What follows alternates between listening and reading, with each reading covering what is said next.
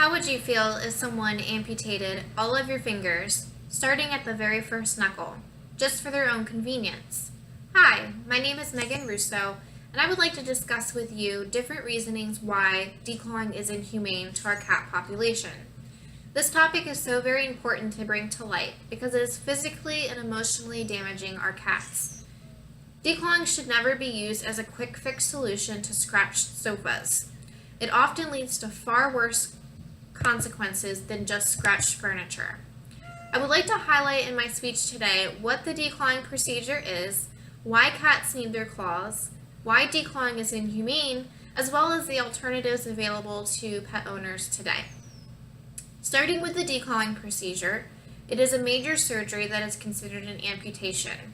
It cuts through tendons and nerves, and it is the most painful procedure that is routinely performed in veterinary practices today. There are several different surgical techniques available, such as the scalpel method, the guillotine method, as well as the laser surgery method.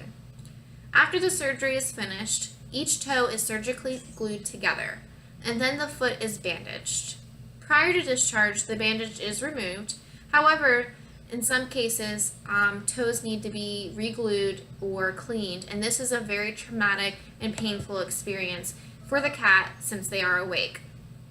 There are many risks associated with declawing, such as regrowth of the nail, hemorrhaging, infection, and it permanently alters the way a cat naturally walks. It also causes joint stiffness and arthritis. Some side effects include behavioral changes such as aggression. Cats' first line of defense is their claws, and without their claws, they do resort to biting. Litter box aversion can arise because it can be painful for them to use the litter box because their paws are sensitive from the removal of claws, and this can result in an inappropriate elimination habit. Moving on to why cats need their claws, it is an essential part of their anatomy. Scratching should never be viewed as a behavioral issue. It is a very natural thing for them to do, and it's also a necessity. There are many ways a cat uses their claws, including grooming to remove dead skin and fur, also scratching to remove dead nails, and they also like to stretch their claws to exercise the muscles in their limbs. They use their claws to play, such as grasping toys, hanging onto cat trees, and without their claws, they are unable to perform these techniques, and this really alters their joy of playing. Scratching is a pleasurable experience for them. It's also a source of communication, health, and security, and it attributes to their balance, mobility, and in some cases, for some cats, their survival. There are many different reasons why declawing is inhumane. First off, it is not medically necessary. It has never been fully investigated for its long-term effects on cats, and it's purely for the owner's convenience. It should never have a thought of it in any sort of way to declaw a cat for an owner's convenience. It is illegal in 14 countries, as well as several California cities.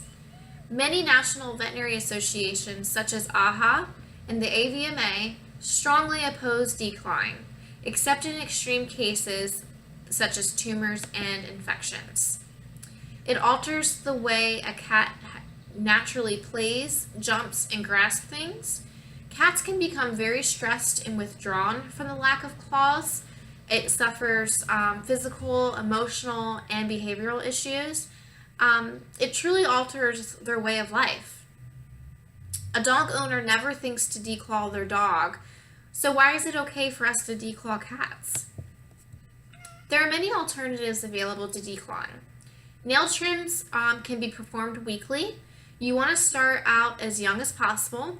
Make it a pleasurable experience with treats and lots of love. Just some things to know is there is a vein that is easily seen that runs through the nail.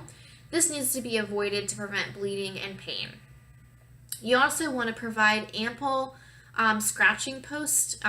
Quantity and location are key to success.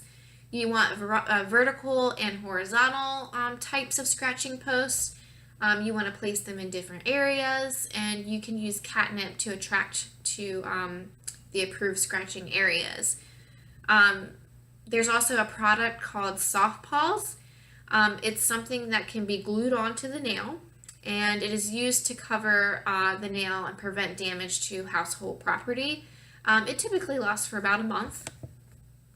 Also, you can train your cat, and it's actually surprisingly extremely easy to train your cat. And you know, you should always praise them for scratching approved areas.